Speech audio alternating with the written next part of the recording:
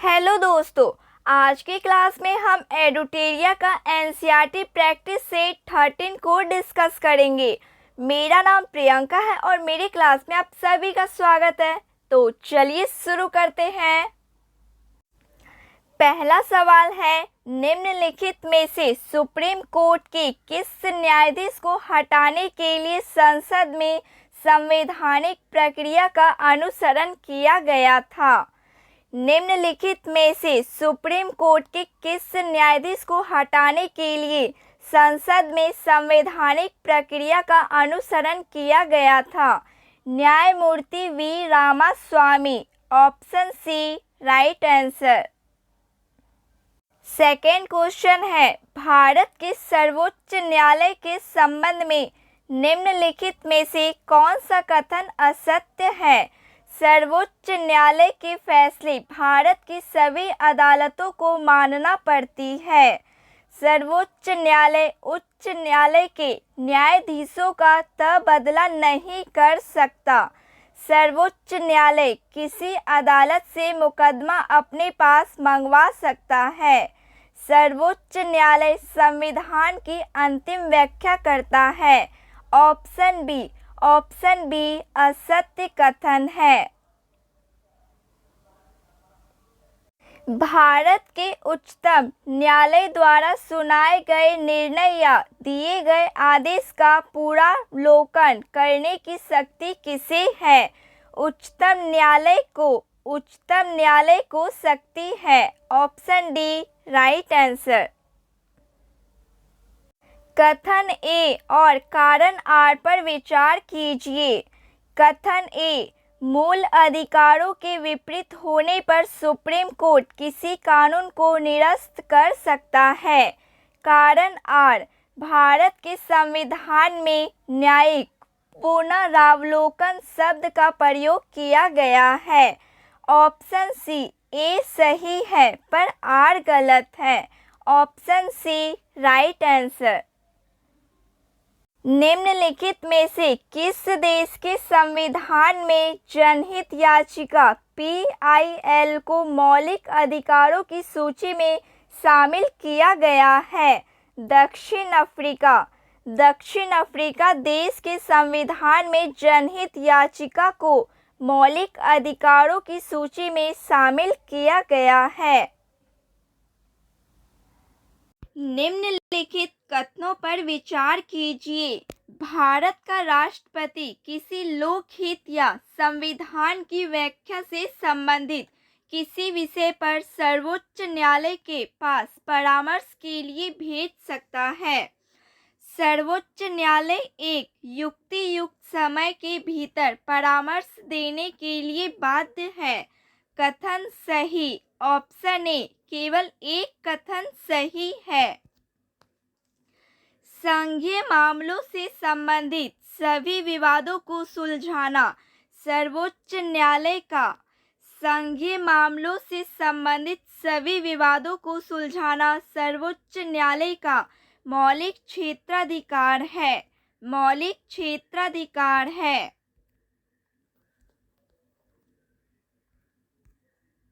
वरिष्ठतम न्यायाधीश को सर्वोच्च न्यायालय का मुख्य न्यायाधीश नियुक्त किया जाएगा।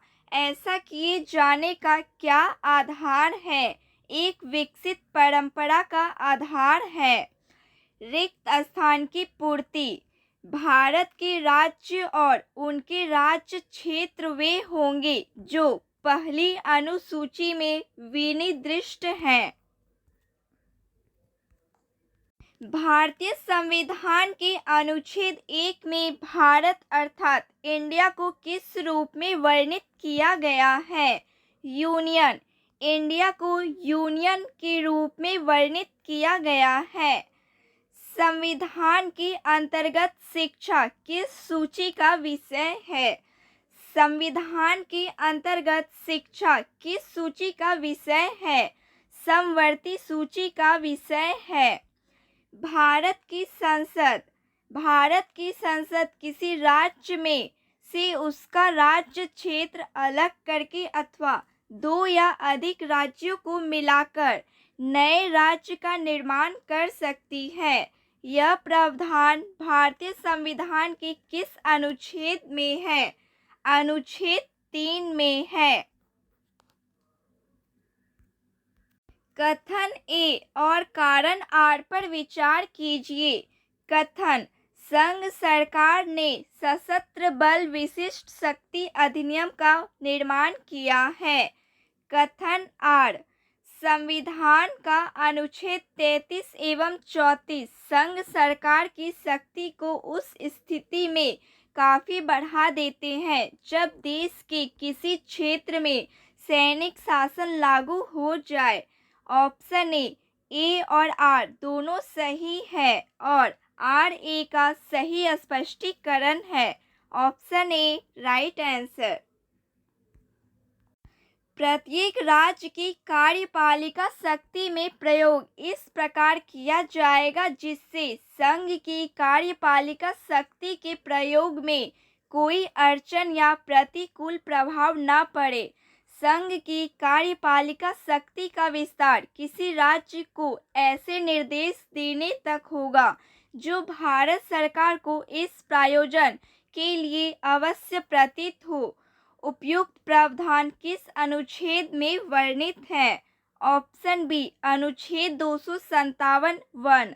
अनुच्छेद 257 वन में वर्णित है। भारत में किस प्रांत की सरकार ने 1977 के दशक में केंद्र राज्य संबंधों को पुनः परिभाषित करने के लिए एक दस्तावेज को प्रकाशित किया था? पश्चिम बंगाल। पश्चिम बंगाल की सरकार ने केंद्र राज्य संबंधों से जुड़े मामलों की पड़ताल के लिए केंद्र सरकार द्वारा सरकारिया आयोग का गठन किया गया था। सरकारिया आयोग का गठन कब किया गया था? ऑप्शन डी उपयुक्त में कोई भी नहीं, क्योंकि केंद्र राज्य संबंधों से जुड़े मसलों की पड़ताल के लिए केंद्र सरकार द्वारा 1983 में एक आयोग बनाया गया। इस आयोग को सरकारिया आयोग के नाम से जाना जाता है। इस आयोग ने 1998 में अपनी रिपोर्ट में यह सिफारिश की थी राज्यपाल की नियुक्ति अनिवार्य तथा निष्पक्ष होकर की जानी चाहिए। रिक्त स्थान की पूर्ति। भारत में आधुनिक समय में स्थानीय शासन के निर्वाचित निकाय सन 1982 ईस्वी के बाद अस्तित्व में आए। उस वक्त लॉर्ड रिपन भारत का वायसराय था। निम्नलिखित कथनों पर विचार करें। ऐसे 29 विषय जो पहले राज्य सूची के अंतर्गत थे को पहचान कर संविधान की 11वीं अनुसूची में दर्ज कर लिया गया और उसे पंचायत राज संस्थाओं को हस्तांतरित किया जाना है। प्रत्येक राज्य सरकार के लिए अनिवार्य है कि वे उन 29 विषयों को पंचायती राज संस्थानों को हस्तांतरित करे। सत्य कथन ऑप्शन ए केवल एक कथन सत्य है। आदिवासी बहुल जनसंख्या वाले क्षेत्रों के लिए स्थानीय स्वशासन से संबंधित कानून किस वर्ष बनाया गया? वर्ष 1996 में बनाया गया। कथन ए और कारण आर पर विचार कीजिए। कथन ए प्रत्येक राज्य के लिए यह अनिवार्य है कि वे एक राज्य चुनाव आयुक्त की नियुक्ति करें। राज्य चुनाव आयुक्त की जिम्मेदारी पंचायती राज संस्थाओं के चुनाव कराने की होगी।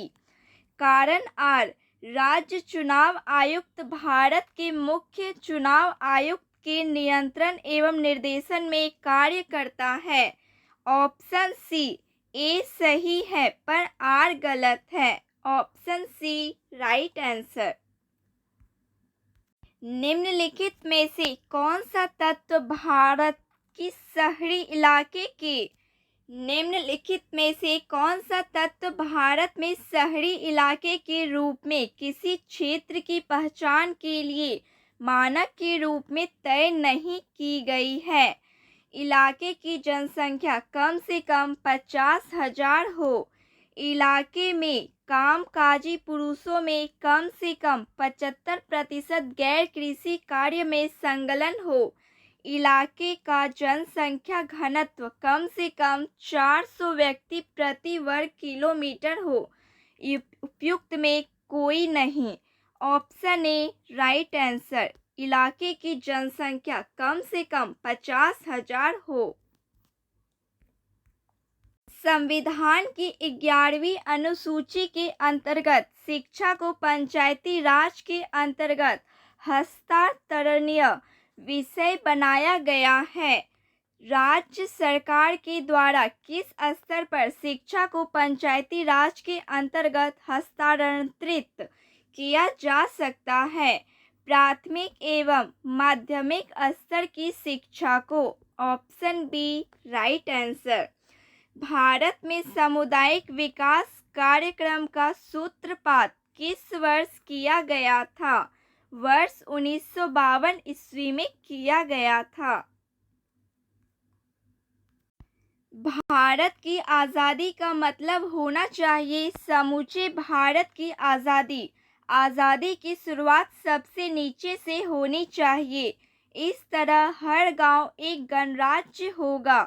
उपयुक्त कथन किस प्रसिद्ध व्यक्तित्व का है? महात्मा गांधी। महात्मा गांधी का कथन है। 73वें संविधान संशोधन अधिनियम के आधार पर बनी व्यवस्था के अनुसार छोटे राज्यों को किस स्तर के पंचायतों को गठित करने में छूट प्रदान की गई है? मंडल तालुका पंचायत को। निम्नलिखित संवैधानिक व्यवस्था पर विचार कीजिए। संसद विधि द्वारा किसी राज्य के क्षेत्रफल में अनुच्छेद 3 के तहत वृद्धि कर सकती है। संसद विधि द्वारा संघ में नए राज्यों को अनुच्छेद 4 के तहत प्रवेश दे सकती है। उपयुक्त में कौन सा कथन सही है? ऑप्शन ए केवल एक कथन सही है। 61वां संविधान संशोधन अधिनियम के पूर्व भारत में मतदान करने की न्यूनतम आयु कितनी निर्धारित की गई थी? 21 वर्ष। 21 वर्ष न्यूनतम आयु निर्धारित की गई थी। निम्नलिखित कथनों पर विचार कीजिए। 38वें, 39वें तथा 42वें संविधान संशोधन अधिनियम के द्वारा संविधान में अनेक विरोधाभासी संशोधन किए गए थे। उनमें से अधिकांश विवादास्पद संशोधनों को 43वें एवं 44वें संशोधन के द्वारा निरस्त कर दिया गया। ऑप्शन डी असत्य कथन। ऑप्शन डी ना तो एक और ना ही दो। सुप्रीम कोर्ट के द्वारा संविधान की मूल या बुनियादी संरचना का सिद्धांत किस वाद में प्रतिपादित किया गया था? ऑप्शन सी केशवानंद भारती बनाम केरल राज्य। Option C right answer. निम्नलिखित कथनों पर विचार करें। संविधान के बुनियादी संरचना के सिद्धांत से संविधान की कठोरता और लचीलेपन का संतुलन कमजोर हुआ है। 1973 के बाद न्यायालयों ने कई मामलों में बुनियादी संरचना के तत्वों को निर्धारित करने का प्रयास किया है। सत्य कथन। ऑप्शन बी केवल दो सत्य कथन है। दुनिया के किस देश के संविधान को आमतौर पर शांति संविधान के नाम से जाना जाता है? जापान का संविधान। जापान का संविधान को शांति संविधान के नाम से जाना जाता है। Option C right answer. कथन ए और कारण आर पर विचार कीजिए। कथन ए, संविधान के प्रति केवल कानूनी नजरिया अपनाया जा सकता है, ना कि नैतिक या राजनैतिक दर्शन का नजरिया। कारण आर, कुछ लोग मानते हैं कि संविधान सिर्फ कानूनों से बनता है और कानून की एक बात है तथा मूल्य बिल्कुल ही अलग बात है। कुछ लोग मानते हैं कि संविधान सिर्फ कानूनों से बनता है और कानून एक बात है तथा मूल्य बिल्कुल ही अलग बात है। ऑप्शन डी ए गलत है पर आर सही है। Option D right answer. भारतीय संविधान की उपलब्धियों के बारे में कौन सी बात सही मानी जाएगी? संविधान के उदारवादी व्यक्तिवाद को एक शक्ल देकर उसे मजबूत किया है। संविधान ने व्यक्तिगत स्वतंत्रता पर आंच लाए बगैर सामाजिक न्याय के सिद्धांत को स्वीकार किया है। विभिन्न समुदायों के आपसी तनाव और झगड़े की पृष्ठभूमि में भी संविधान के समूहगत अधिकार प्रदान किए हैं। ऑप्शन डी उपयुक्त सभी बात सही मानी जाएगी। Option D right answer. शीत युद्ध का सबसे बड़ा प्रतीक बर्लिन की दीवार को वर्ष 1989 में गिरा दिया गया। बर्लिन की दीवार किस प्रकार की राजनीतिक विभाजन का प्रतीक थी? पूंजीवाद एवं साम्यवाद की प्रतीक थी। Option A right answer. USSR United Soviet socialist Republic का विघटन एक प्रमुख वैश्विक घटना मानी जाती है। यूएसएसआर का विघटन किस वर्ष हुआ था? वर्ष 1991 ईस्वी में हुआ था। वर्ष 1991 में किस देश के विघटन के उपरांत बोस्निया हर्जेगोविना, स्लोवेनिया तथा क्रोएशिया एक स्वतंत्र देश के रूप में अस्तित्व में आए? Yugoslavia. Option B right answer. वैश्विक राजनीति के संदर्भ में शॉक थेरेपी का क्या तात्पर्य है? वैश्विक राजनीति के संदर्भ में शॉक थेरेपी का क्या तात्पर्य है? साम्यवाद से पूंजीवाद की ओर संक्रमण से। Option B right answer. Soviet संघ से स्वतंत्रता की घोषणा करने वाला पहला गणराज्य कौन था? सोवियत संघ से स्वतंत्रता की घोषणा करने वाला पहला गणराज्य कौन था? Lithuania. Option C right answer. निम्नलिखित में से कौन सा देश बालिस्टिक गणराज्य में शामिल नहीं माना जाता है? आर्मेनिया देश बालिस्टिक गणराज्य में शामिल नहीं माना जाता है। कथन ए और कारण आर पर विचार कीजिए। कथन ए, 1978 के बाद से चीन ने अद्भुत प्रगति की और अगले सालों में एक बड़ी आर्थिक ताकत के रूप में उभरा। कारण, दिसंबर 1978 में देश श्याओपेंग ने मुफ्त द्वार ओपन डोर की नई नीति चलाई। ऑप्शन ए और आर दोनों सही है और आर ए का सही स्पष्टीकरण है। Option A right answer. सूची 1 संस्था तथा सूची 2 स्थापना वर्ष को सुमेलित कीजिए तथा नीचे दिए गए कूट की सहायता से सही उत्तर का चयन कीजिए। सूची 1 सूची 2 यूरोपीय इकोनॉमिक कम्युनिटी की स्थापना वर्ष है 1957। यूरोपीय परिषद का स्थापना वर्ष है 1949। यूरोपीय आर्थिक सहयोग संगठन का स्थापना वर्ष है 1992। यूरोपीय संघ का स्थापना वर्ष है 1948। Option D right answer. Brexit का क्या तात्पर्य है? ब्रिटेन का यूरोपीय संघ से बाहर निकलना। रिक्त स्थान की पूर्ति। 1967 ईस्वी में दक्षिण पूर्व एशिया के 5 देशों ने बैंकों घोषणा पर हस्ताक्षर करके आसियान की स्थापना की। 1967 ईस्वी में दक्षिण पूर्व एशिया के 5 देशों ने बैंकों घोषणा पर हस्ताक्षर करके आसियान की स्थापना की। आसियान क्षेत्रीय मंच ARF की स्थापना किस वर्ष की गई? 1994 ईस्वी में की गई। सन 1949 ईस्वी की चीनी साम्यवादी क्रांति किनके नेतृत्व में हुआ था? माओ त्से तुंग के नेतृत्व में हुआ था।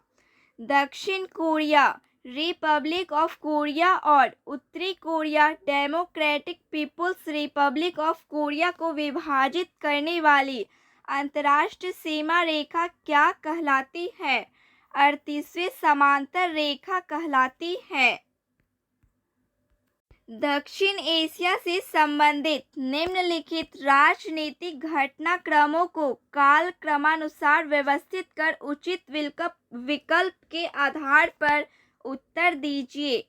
ऑप्शन सी, भारत और पाकिस्तान के बीच सिंधु नदी जल समझौता, ताशकंद समझौता, बांग्लादेश की आज़ादी, शिमला समझौता। Option C right answer.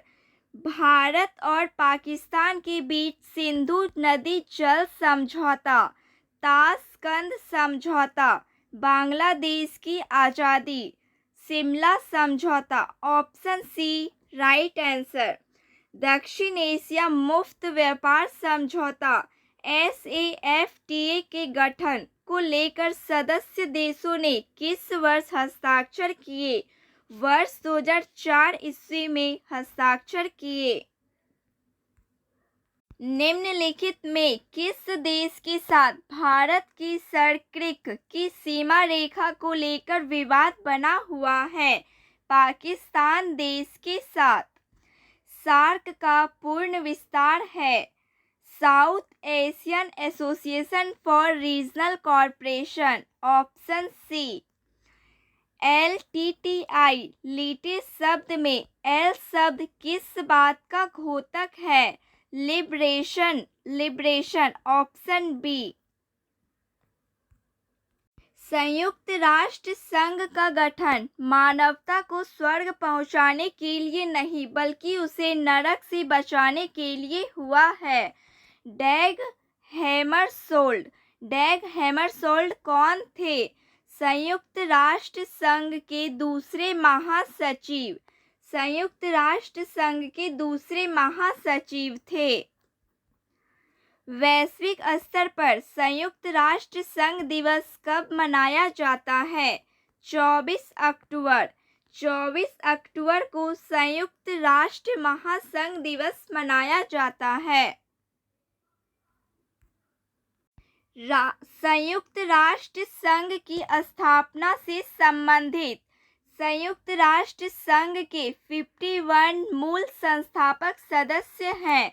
संयुक्त राष्ट्र संघ के एक अंतर्राष्ट्रीय संगठन बनाने के मामले पर सैन फ्रांसिस्को में अप्रैल-मई 1945 में 2 महीने का लंबा सम्मेलन चला था।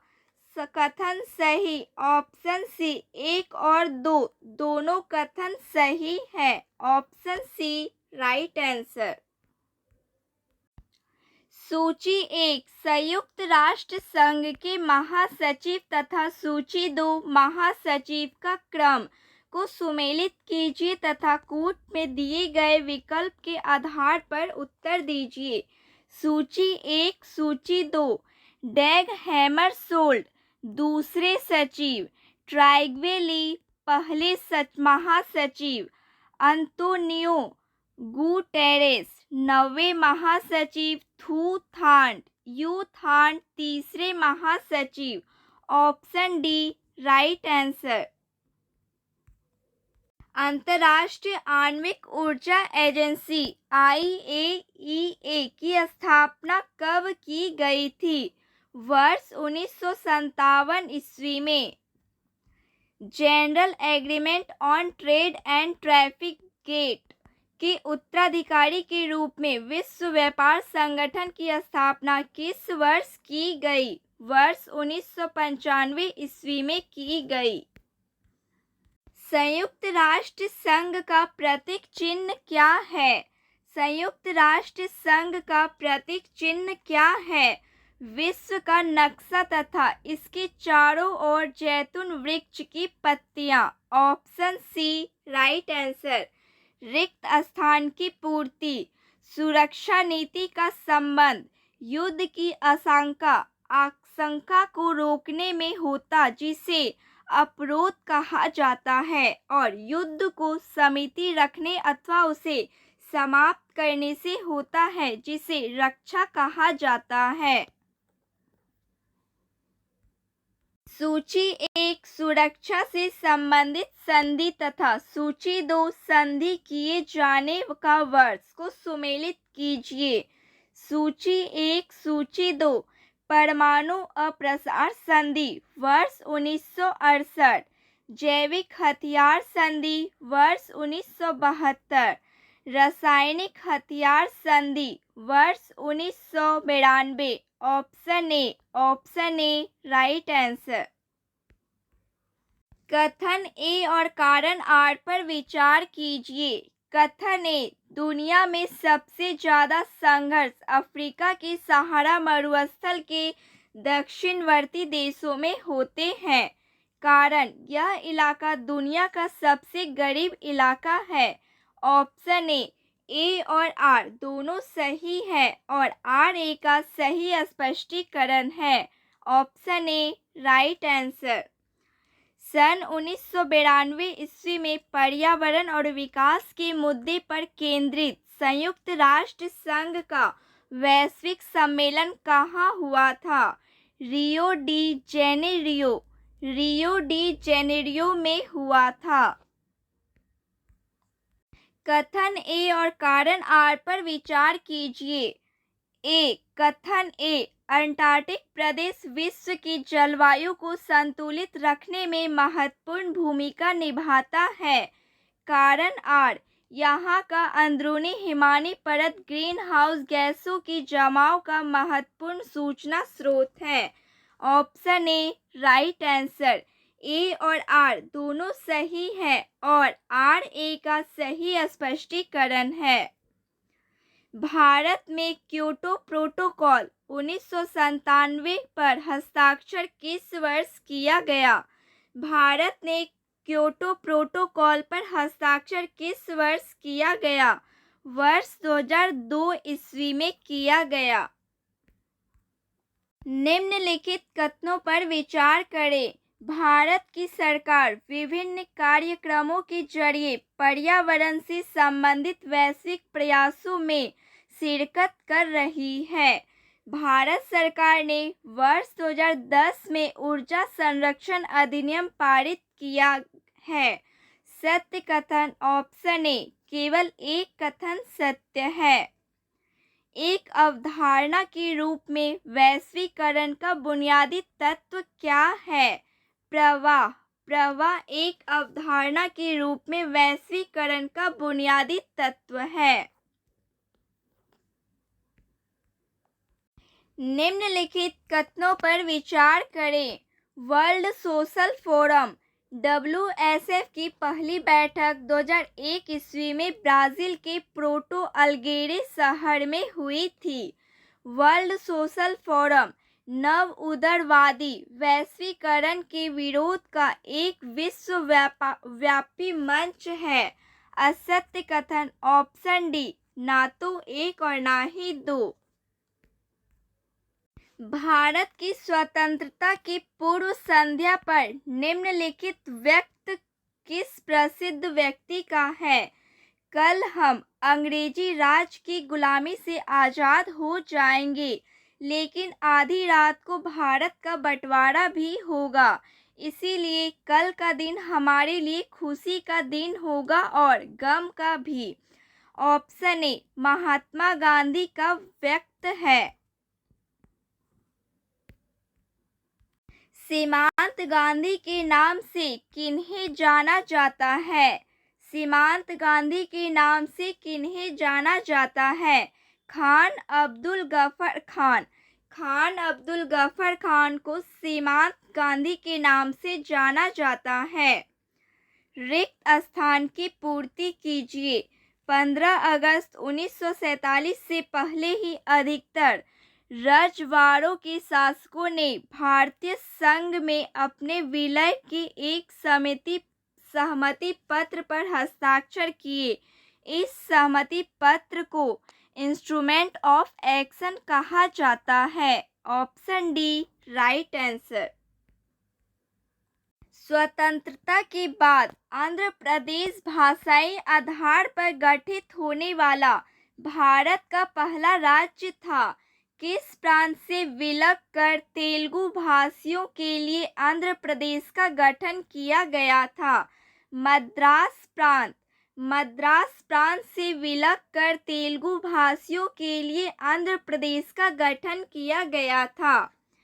बाबा साहेब भीमराव अंबेडकर ने नेहरू के पहले मंत्रिमंडल स्वतंत्रता के बाद से इस्तीफा क्यों दिया था? हिंदू कोड बिल लाए जाने के विरोध में इस्तीफा दिया था। भारतीय जनता पार्टी के पूर्ववर्ती राजनीतिक पार्टी भारतीय जनसंघ के संस्थापक अध्यक्ष कौन थे? श्यामा प्रसाद मुखर्जी अध्यक्ष थे। राष्ट्रीय भारत परिवर्तन संस्थान नीति कब स्थापित किया गया? 1 जनवरी 2015। 1 जनवरी 2015 को स्थापित किया गया। भारत सांख्यिकी संस्थान की स्थापना कब और किनके द्वारा की गई? 1931 में पीसी महालनोबिस द्वारा की गई। स्वतंत्र भारत के प्रथम विदेश मंत्री कौन थे? स्वतंत्र भारत के प्रथम विदेश मंत्री कौन थे? जवाहरलाल नेहरू। प्रथम अफ्रो एशियाई सम्मेलन वर्ष 1955 ईस्वी में कहाँ आयोजित किया गया था? Bandung, Indonesia. बांडुंग, इंडोनेशिया में आयोजित किया गया था। भारत और चीन के बीच पंचशील समझौता 1954 पर हस्ताक्षर करने वाले दोनों देश के नेताओं का सही युग्म क्या है? Jawaharlal Nehru, Chou En Lai. Option C. 1962 के भारत चीन युद्ध के समय भारत के रक्षा मंत्री कौन थे? 1962 के भारत चीन युद्ध के समय भारत के रक्षा मंत्री कौन थे? V.K. कृष्ण मेनन थे। भारत और पाकिस्तान के बीच वर्ष 1966 में हुए प्रसिद्ध ताशकंद समझौते में मध्यस्थता की भूमिका किस देश ने निभाई थी? सोवियत संघ देश ने निभाई थी। चंद्रयान 3 लैंडिंग स्थल को अंतर्राष्ट्रीय खगोलीय संघ द्वारा मान्यता दी गई। इसका नाम क्या रखा गया? इसका नाम शिव शक्ति रखा गया है। सिने विस्टार इंटरनेशनल फिल्म फेस्टिवल का आयोजन किस शहर में किया गया? चंडीगढ़ शहर में किया गया। Indian master national badminton championship 2024 में 2 स्वर्ण पदक किसने जीते? नाहिद दिवेचा। नाहिद दिवेचा ने 2 स्वर्ण पदक जीते हैं।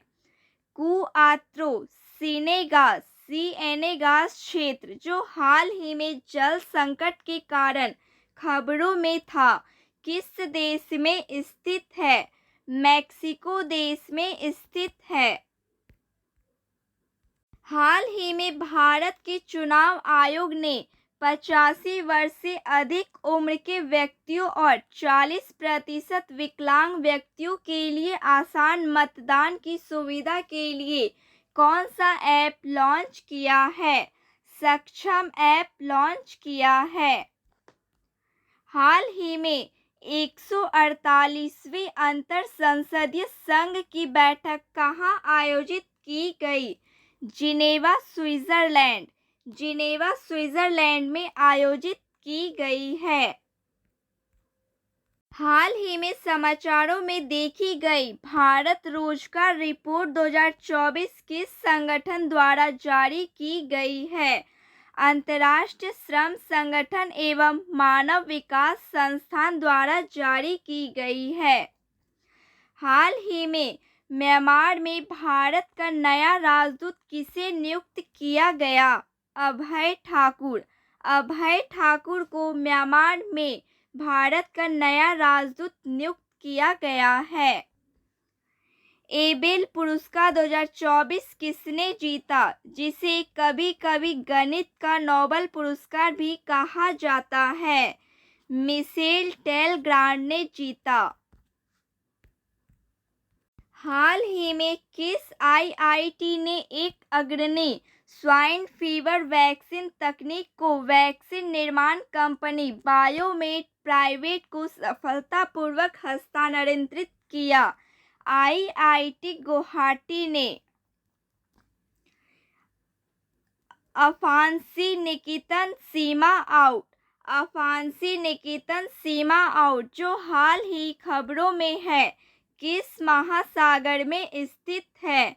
हिंद महासागर में स्थित है। हाल ही में पहला परमाणु ऊर्जा शिखर सम्मेलन कहाँ आयोजित किया गया? ब्रुसेल्स। ब्रुसेल्स में पहला परमाणु ऊर्जा शिखर सम्मेलन का आयोजित किया गया। हाल ही में किस देश ने G20 दूसरे रोजगार कार्य समूह EWG की बैठक की मेजबानी की? ब्राजील देश ने। ब्राजील देश ने G20 दूसरे रोजगार कार्य समूह की बैठक की मेजबानी की। टैंटलम एक दुर्लभ धातु हाल ही में किस नदी में खोजी गई? सतलुज नदी में खोजी गई थी। हाल ही में चर्चा में रहा पापोकैटेपेटल ज्वालामुखी किस देश में स्थित है? मैक्सिको देश में स्थित है। बाल्टीमोर ब्रिज जो हाल ही खबरों में था, किस देश में है? यूएसए। यूएसए देश में है। Agriculture integrated command and control centre KICC के संदर्भ में यह एक केंद्रीकृत प्रौद्योगिकी आधारित समाधान है जिसे भारत के कृषि क्षेत्र को सूचित निर्णय लेने में सहायता प्रदान करने के लिए डिज़ाइन किया गया है। यह किसी विशेष जिले के लिए भौगोलिक सूचना प्रणाली GIS आधारित मृदा कार्बन मैपिंग और मृदा स्वास्थ्य कार्ड डेटा को एक ही स्थान पर एक साथ देखने की अनुमति देता है। सही उत्तर ऑप्शन सी 1 और 2 दोनों कथन सही है। Option C right answer.